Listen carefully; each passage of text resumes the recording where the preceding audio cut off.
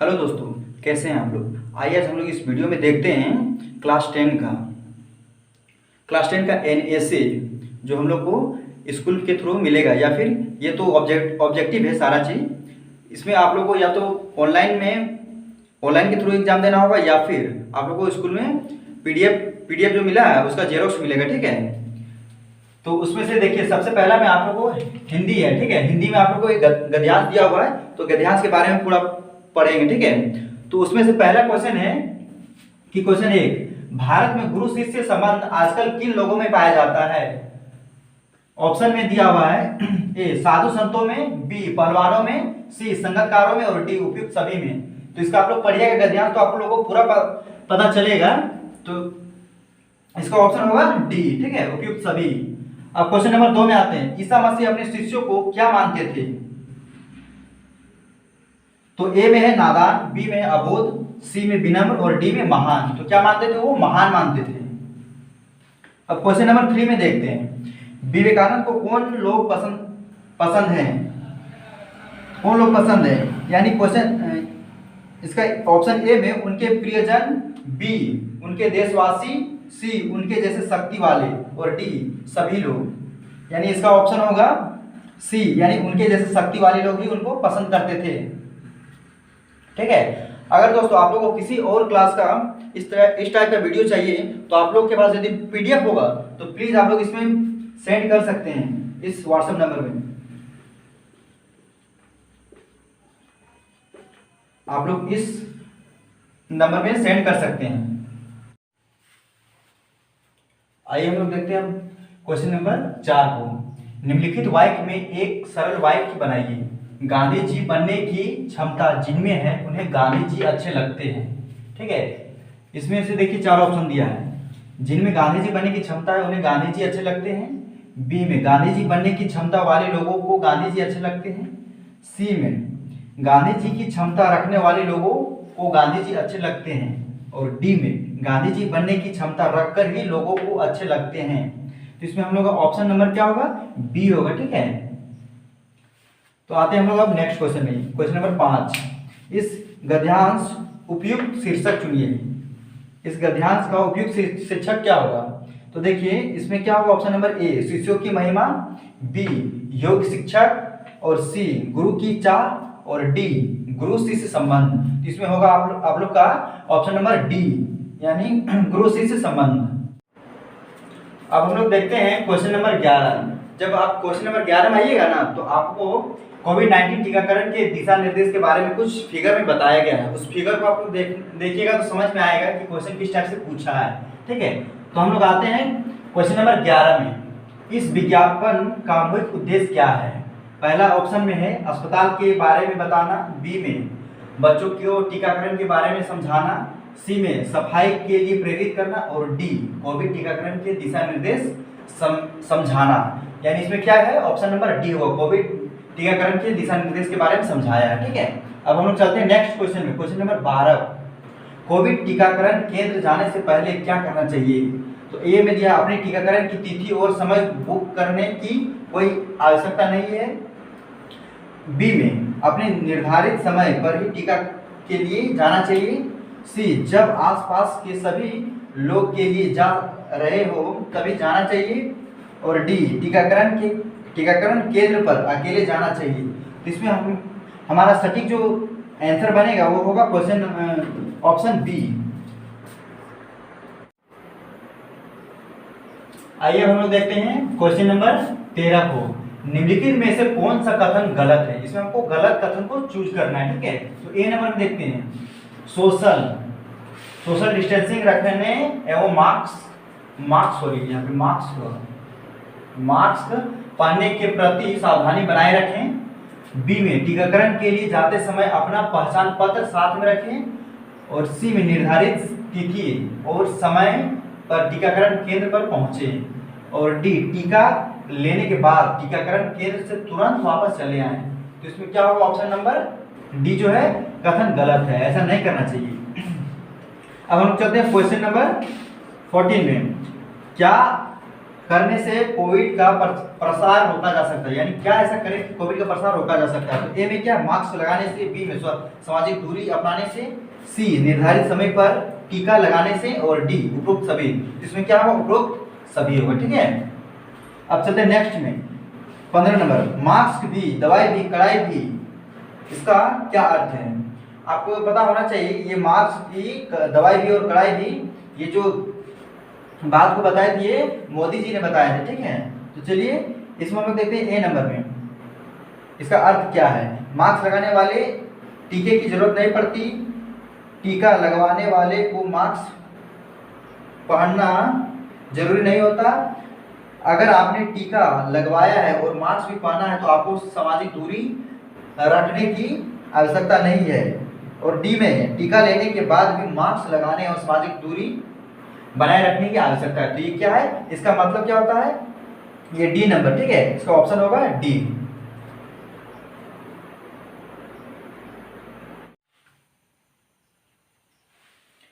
तो दोस्तों अब हम लोग आएंगे मैथ में। ठीक है, तो अब हम लोग मैथ को हल करते हैं।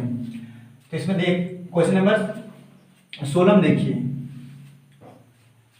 राधा के पास 8/3 बीघा जमीन थी। उसने अपने 2 बेटों में पूरे जमीन को बांटा। एक बेटे को उसने 4/3 भाग जमीन दिया। बताइए दूसरे बेटे को कितना जमीन मिली। ठीक है, तो इसमें हम लोग क्या करना है, पहले देखिए एक बेटा मतलब कुल जमीन इतना है, उसमें से इतना भाग वो एक बेटा को देता है, तो दूसरा बेटा क्या करना होगा, तो हम लोग उसमें घटा देंगे, यानी कुल इतना है उसमें हम इतना दिए दूसरा बेटा को, तो पहला बेटा कितना देंगे, यानी इसमें हम लोग घटाएंगे, यानी भिन्न का घटाव सिंपल करना है, यानी 4/3 भाग होगा। तो क्या होगा, इसका ऑप्शन डी होगा। अब चलते हैं नेक्स्ट क्वेश्चन में, पी और क्यू 2 परिमेय संख्याएं हैं, तब पी और क्यू के मध्य एक परिमेय संख्या होगी। तो इसके मध्य में क्या परिमेय संख्या होगी, यानी जब 2 संख्या को हम लोग आपस में जोड़ते हैं और 2 से भाग देते हैं ना, तो उसको क्या बोलते हैं, मध्य, उसका मध्य भाग निकलता है। ठीक है, तो इसका ऑप्शन नंबर बी होगा। अब चलिए नेक्स्ट चलते हैं, क्वेश्चन 18, एक समकोण त्रिभुज के कर्ण का मान क्या होगा यदि शेष भुजाओं की क्रमशः 0.6 इकाई और 0.8 इकाई है। ठीक है, एक समकोण त्रिभुज लेना है, उसका आधार कितना 0.8 मान लेते हैं, और ये लंब है 0.6, तो इसका हमको एच निकालना था, यानी इसका वैल्यू हमको निकालना था। तो इसमें देखिए हम लोग पाइथागोरस परिमेय को जानते हैं। ठीक है, उस सूत्र से हम लोग इसको निकालेंगे। ठीक है, इस तरह से हल करने से कितना आता है, एच का मान 1 आता है। ठीक है, इसमें 1 इकाई होगा, ऑप्शन नंबर सी होगा। अब चलते हैं हम लोग 19 में, मानसी महीने भर की कमाई का 70% खर्च कर 2700 रुपया बचत करती है। बताइए वह महीने में कितने कमा लेती है, यानी उसका एक महीने का कमाई कितना है। तो देखिए दोस्तों, यहाँ पे 70% वो क्या करता है, खर्च करता है। 70% खर्च करने के बाद उसके पास कितना बच जाता है, 2700 रुपया। तो ये जो 2700 रुपया है ना, यही है आपका 30%। क्या है, 27, टोटल 100% होता है ना, तो 100 में हम लोग 70 को घटाएंगे तो 30% निकलेगा, तो वही 30% ये कितना है, 2700 रुपया है। तो ये टोटल है, टोटल ये महीना का निकल रहा है, एक्स बराबर टोटल महीना, तो 30/100 बराबर 2700। उसको इसको सॉल्व करेंगे तो 9000 रुपया आता है।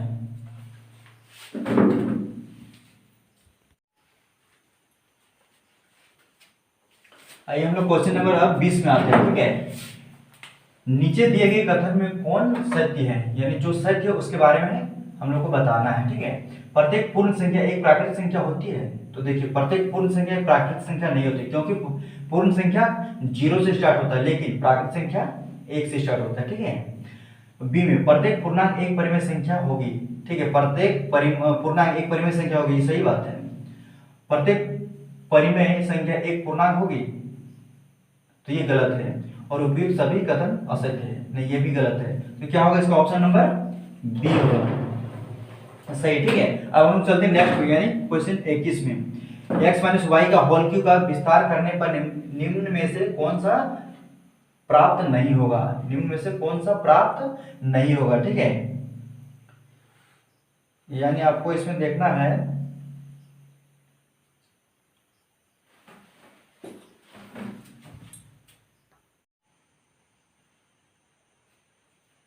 आइए हम लोग अब देखते हैं नेक्स्ट क्वेश्चन यानी 23 में, निम्न में से कौन सा कथन असत्य है। ठीक है, इस असत्य को चुनना है। जो गलत है। x बराबर a का आलेख y अक्ष के समांतर एक सरल रेखा होती है, बिल्कुल ये सही है, ठीक है। और y बराबर a का आलेख x अक्ष के समांतर एक सरल रेखा होती है, ये भी सही है। और c y बराबर mx के प्रकार का समीकरण मूल बिंदु से होकर जाने वाली एक रेखा को निरूपित करता है, तो ये क्या है, क्वेश्चन गलत है, ठीक है। और डी में उपरोक्त तीनों कथन गलत है, तो इसका क्या होगा, ऑप्शन नंबर सी होगा, ठीक है। अब चलते हैं हम लोग नेक्स्ट में, सत्य कथन का चयन कीजिए। ए, सभी समकोण एक दूसरे के बराबर नहीं होते हैं, सभी समकोण, ये गलत है। एक समांतर रेखा अनिश्चित रूप से नहीं बढ़ाया जा सकता है। और सी में एक बिंदु से एक अन्य बिंदु तक सीधी रेखा नहीं खींची जा सकती है। उपरोक्त तीनों कथन असत्य हैं, तो इसका ऑप्शन होगा आपका डी नंबर, ठीक है। तो चलिए इसमें डी में हम लोग टिक करते हैं।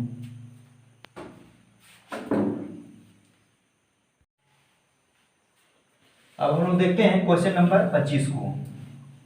यदि त्रिभुज PQR त्रिभुज ABC के सर्वांगसम है तो उक्त आधार निम्न में से कौन सा कथन असत्य है, यानी कौन सा कथन असत्य है, यानी गलत है। यानी ये त्रिभुज और ये त्रिभुज क्या है, सर्वांगसम है, तो इनमें से कौन सा कथन असत्य है, यानी गलत होगा। भुजा PQ भुजा AB को ढकती है, ये भी सत्य है। शीर्ष A के संगत है, ये भी सही है। और कोण Q और कोण B को ढकता है, ये भी सही है। और ये शीर्ष जो R है ना, शीर्ष B के संगत है, नहीं, शीर्ष B के संगत नहीं होती, यही पे क्या होगा, ये गलत है, यानी असत्य है, इसका ऑप्शन डी होगा। अब हम लोग चलते हैं 26 में। ABC एक समकोण त्रिभुज है जिसमें कोण A 90 डिग्री है, ठीक है, कोण A 90 डिग्री और AB बराबर AC है, तो कोण B कितने डिग्री का कोण बनाएगा, ठीक है। तो यहाँ पे कितना होगा, 45, और यहाँ पे 45 होगा, तो यहाँ पे कितना होगा, ऑप्शन ए होगा, यानी 45 डिग्री। अब हम लोग आते हैं क्वेश्चन नंबर 27 में। विरूपण विधि से हल करने के क्रम यदि हमें चर सहित एक सत्य कथन प्राप्त हो, मूल समीकरण युग में कैसे हल प्राप्त होंगे। तो ए में कोई हल प्राप्त नहीं होगा, और अपरिमित रूप से अनेक हल होंगे। उपरोक्त दोनों कथन असत्य हैं, उपरोक्त सभी कथन सत्य हैं, ठीक है। यानी क्या होगा, ऑप्शन नंबर डी होगा, ठीक है। सॉरी, ऑप्शन नंबर डी नहीं, बी होगा, इसमें बी होगा, क्योंकि अपरिमित रूप से क्या होगा, अनेक हल होंगे, ठीक है।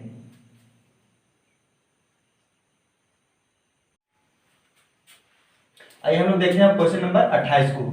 निम्न रैखिक समीकरणों के युग्मों में से कोई हल नहीं है, ठीक है, इसमें से कोई हल नहीं है, तो इसको हमको चूज करना है। तो पहला नंबर में देखते हैं, ये दिया है, और दूसरा में ये, तीसरा यानी A B C और D, इसमें से आपका होगा, देखिए 3 दूना 6, 5 दूना 10 और 20 दूना 40, यानी एक ही में जा रहा है, इसका मतलब है यही होगा, ऑप्शन नंबर ए होगा, ठीक है। अब आते हैं हम लोग क्वेश्चन नंबर 29 में। एक समांतर श्रेणी यानी सार्वंतर के बारे में निम्न में से कौन सा तथ्य सत्य है, कौन सा तथ्य जो है ना इसका सत्य है। सार्वंतर धनात्मक हो सकता है, सही है। सार्वंतर ऋणात्मक नहीं हो सकता है, ऐसा तो नहीं है, ऋणात्मक भी हो सकता है। सार्वंतर शून्य नहीं हो सकता, ऐसा भी तो नहीं, शून्य हो भी सकता है। उपर्युक्त तीनों कथन सत्य हैं, ठीक है। इसमें क्या होगा, ऑप्शन नंबर, सार्वंतर इसका हमेशा क्या होता है, धनात्मक में ही होता है, ठीक है। तो क्या होगा, ऑप्शन नंबर ए होगा।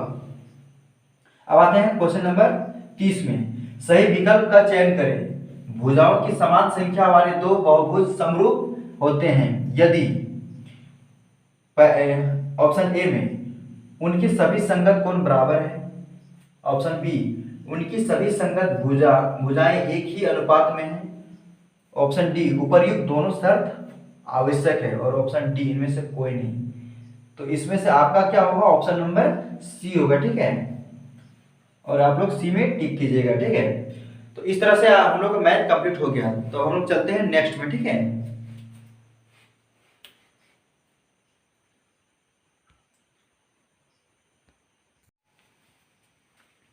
आइए हम लोग देखते हैं क्वेश्चन नंबर 34 को, ठीक है। इसमें से दिया हुआ है कि दो भिन्न संख्याओं से बने समान आकार और आकृति के गुटके हैं। इन वस्तुओं पर बराबर परिमाण के बल लगाने पर वे क्षैतिज दिशा में गतिशील होते हैं। यदि पहली वस्तु में उत्पन्न त्वरण दूसरी वस्तु में उत्पन्न त्वरण की 8 गुना हो तो पहली और दूसरी वस्तु के द्रव्यमान का अनुपात क्या होगा। तो इस क्वेश्चन में देखिए, इसमें 4 ऑप्शन दिया है। एक ए में दिया है 1:4, बी में दिया है 8:1 और सी में दिया है 4:1 और डी में दिया है 1:8। तो आपका इसमें से ऑप्शन नंबर कितना होगा, तो बी होगा। कितना, बी। हम लोग लिखते हैं इसका ऑप्शन नंबर बी। अब हम लोग चलते हैं 35 नंबर में। यानी इसमें किसी वस्तु को विषुवत रेखा में अपनी ध्रुव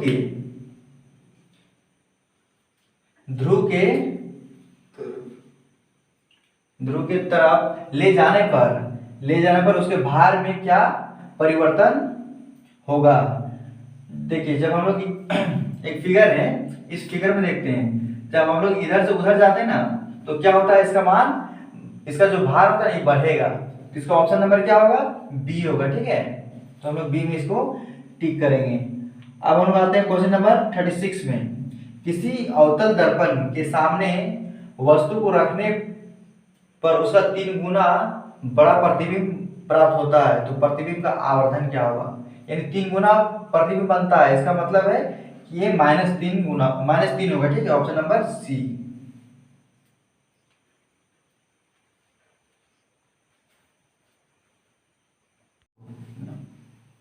हम लोग देखते हैं क्वेश्चन नंबर 37 को। आगरा स्थित ताजमहल के संगमरमर का संक्षरण होने से उसका रंग पीला हो रहा है, इसका क्या कारण है। ऑप्शन ए में ओजोन परत का क्षय, और बी में अम्ल वर्षा, सी में हरित गृह प्रभाव, और डी में विश्व उष्णन। इसका क्या होगा, ऑप्शन नंबर बी होगा, ठीक है। अब हम लोग आते हैं नेक्स्ट में, यानी क्वेश्चन 38 में, ठीक है। 38 में कह रहा है कि विद्यार्थियों के एक समूह ने जूते का एक पुराना डिब्बा लिया तथा इसके सभी पार्ट्स को काले कागज से ढक दिया। बॉक्स में एक छिद्र बनाकर एक टॉर्च लगा दिया तथा दूसरे पार्ट्स पर प्रकाश को देखने के लिए अन्य छिद्र किया। उन्होंने चित्र में दर्शाए अनुसार विभिन्न पदार्थों को जांच के पात्र में बॉक्स में रख कर देखा। बताइए निम्नलिखित में कौन सा पदार्थ प्रदीप्त होगा। यानी इसमें कौन सा पदार्थ प्रदीप्त होगा। तो इसमें से ऑप्शन दिया है, ए में चीनी का जलीय विलयन, और बी में सोडा जल, और सी में कॉपर सल्फेट का विलयन, और डी में स्टार्च। तो आप लोग देखिएगा, इसमें एक चित्र बनाया हुआ है, उससे आपको अच्छी तरह से समझ में आएगा, ठीक है। तो इसका ऑप्शन नंबर क्या होगा, डी होगा।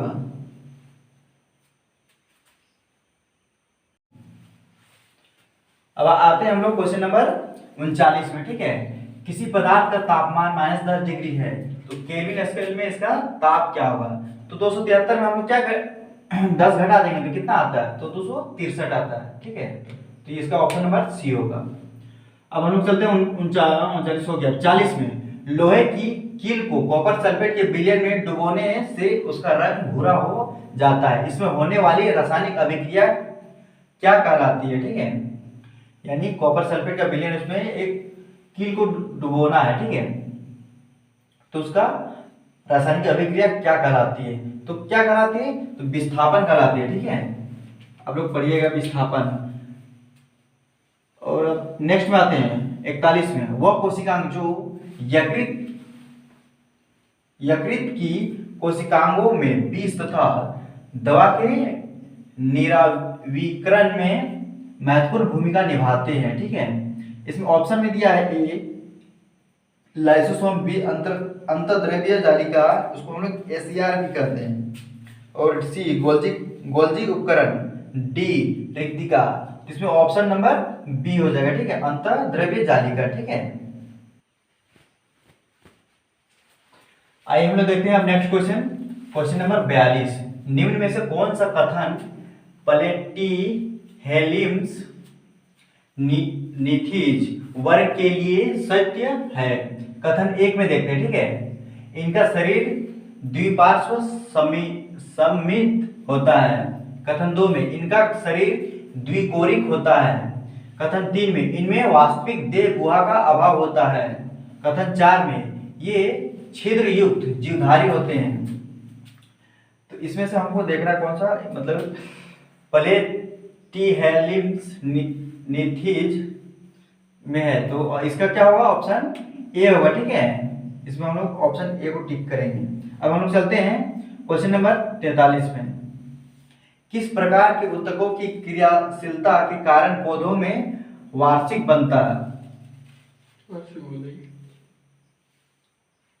वार्षिक वलय बनता है। ठीक है, यहाँ पे वलय होगा, ठीक है, वलय, वार्षिक वलय बनता है। तो संवहन ऊतक के, बी पार्श्व विभोजक ऊतक, और सी क्षण ऊतक, और डी शीर्षस्थ विभोजक। तो इसमें से ऑप्शन हम लोग का क्या होगा, बी हो जाएगा, पार्श्व विभोजक। अब हम लोग चलते हैं नेक्स्ट में, क्वेश्चन नंबर 44। इंटरव्यू देते समय एक विद्यार्थी घबराहट महसूस करता है। ऐसी परिस्थिति में उसके शरीर में कौन हार्मोन स्रावित होता है?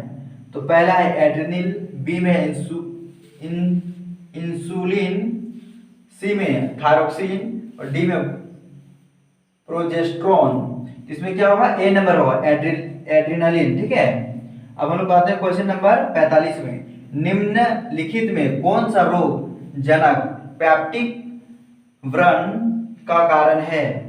तो इसमें क्या है, ए में अस्केरिस, बी में ट्रिपेनोसोमा, सी में वायरस, और डी में बैक्टीरिया। इसमें क्या होगा, ऑप्शन नंबर डी होगा। ठीक है, बैक्टीरिया होगा, ऑप्शन नंबर बी बैक्टीरिया। ठीक है, तो इस तरह से हम लोग का ये साइंस कंप्लीट होता है। अगर आपको यदि वीडियो अच्छा लगा तो प्लीज लाइक, शेयर और कमेंट अवश्य करें।